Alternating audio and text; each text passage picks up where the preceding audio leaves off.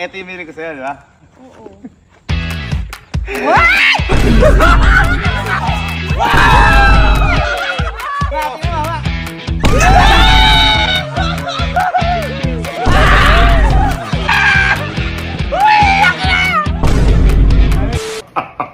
Boy, bakit ba? Kuya, Bakit natawag mo kami? malambot ka pa. Malambot ka. Dahil ngayong araw na magaganap ang paghiganti natin kay Mama.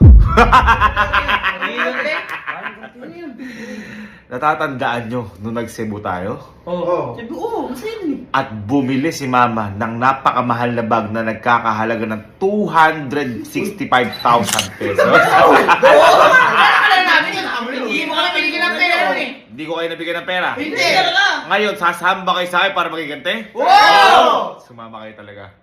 Dahil napakaganda ng pinlano ko.